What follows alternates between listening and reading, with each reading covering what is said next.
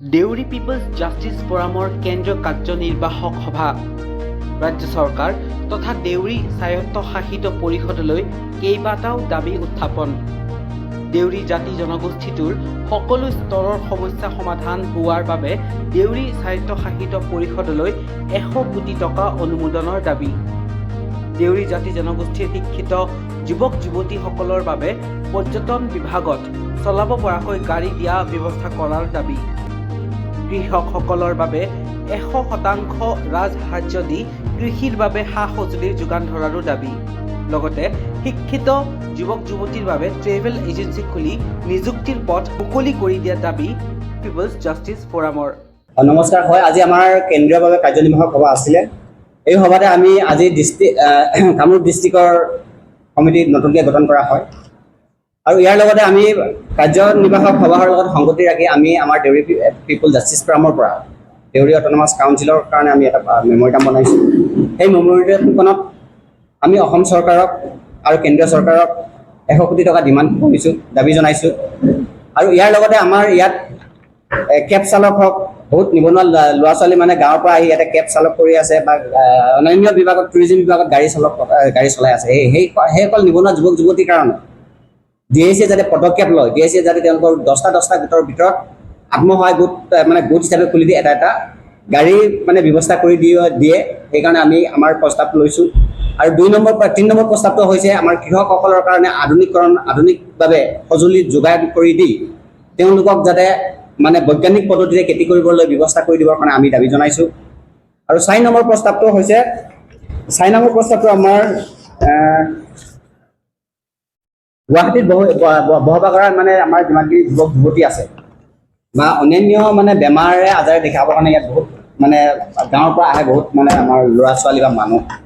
তেওঁলোকৰ মানে ইয়াত যেতিয়া গুৱাহাটীত আহে চিকিৎসালয় লৈ যায়, কোনোবাই পঢ়িবলৈ আহে, তেওঁলোকৰ মানে কেতিয়াবা মানে অৱস্থা বহুত বেয়া হয়। সেই মানুহখিনিক সহায় কৰিবৰ কাৰণে আমি দেউৰী কাউন্সিলৰ জৰিয়তে এটা ইয়াত মানে টুৰিজিম ছেক্টৰৰ পৰা এটা মানে আপোনাৰ ট্ৰেভেল এজেঞ্চি খুলি তেওঁলোকৰ যোনখিনি আৰ্ণ হ'ব, এই আৰ্ণখিনি পইচাৰে 1% তেওঁলোকক দিয়াৰ কাৰণে ব্যৱস্থা কৰি দিবৰ কাৰণে আমি দাবী জনাইছোঁ।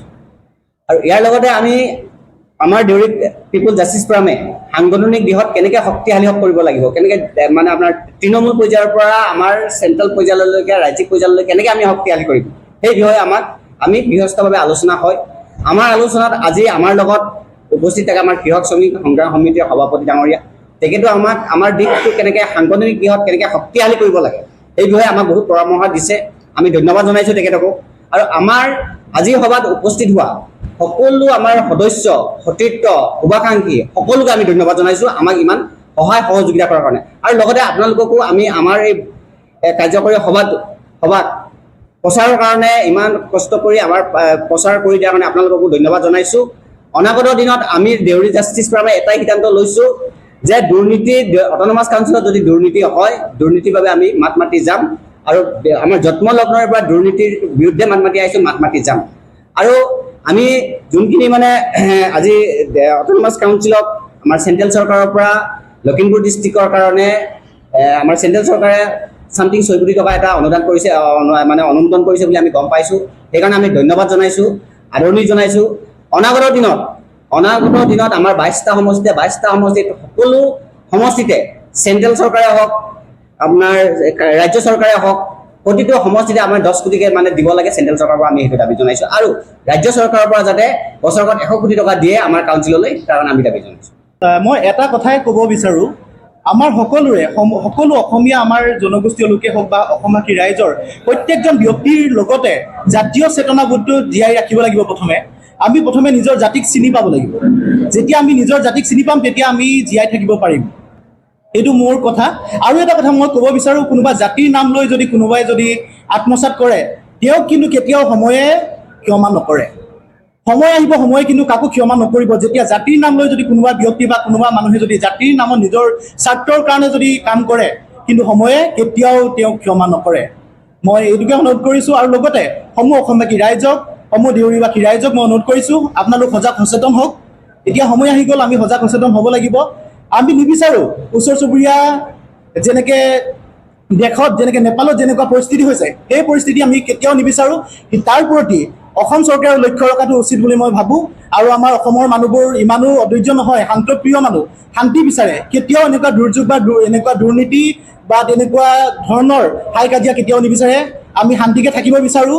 আৰু আপোনালোক সকলোকে কৈছোঁ, আপোনালোকে সজাগ সচেতন হওক। পলিটিকেলি সকলো কথাই সঁচা বুলি নাভাবিব, আপোনালোকৰ নিজৰ স্থিতিত অটল থাকক।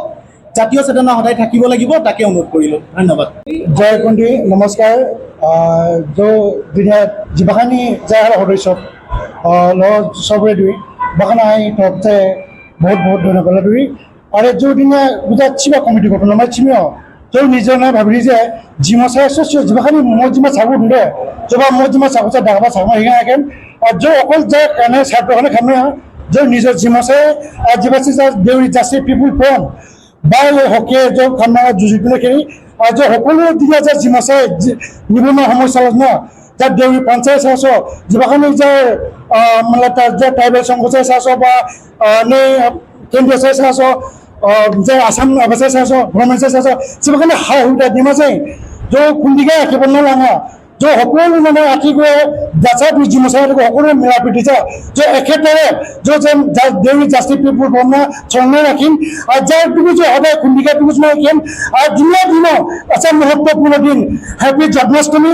সকলো যে জিম আছে যাচা যে মছজিদ সব মানে আই ফেলে যায় হেপী জন্মাষ্টমী বহুত মুকুকে হাঁটুবি আৰু যে মিটিঙে গামচানি লা আশীৰ্বাদ লা মিটিঙা যা দিনে খানে যুগ যুগ জিম আছে মছজিদ আছে বসমাতুন বাগাছারা দুগস মা আগা কেনা কিবা যাবেন আই মো প্রথমে চাইছেন কি হাতে চিও যাবে নমস্কার আই মো রাজু কুমার দেবী লখিমপুর ডিস্ট্রিক্ট মাজুলী বর্ডার জয় জয় কুন্ডি Stay informed, stay ahead.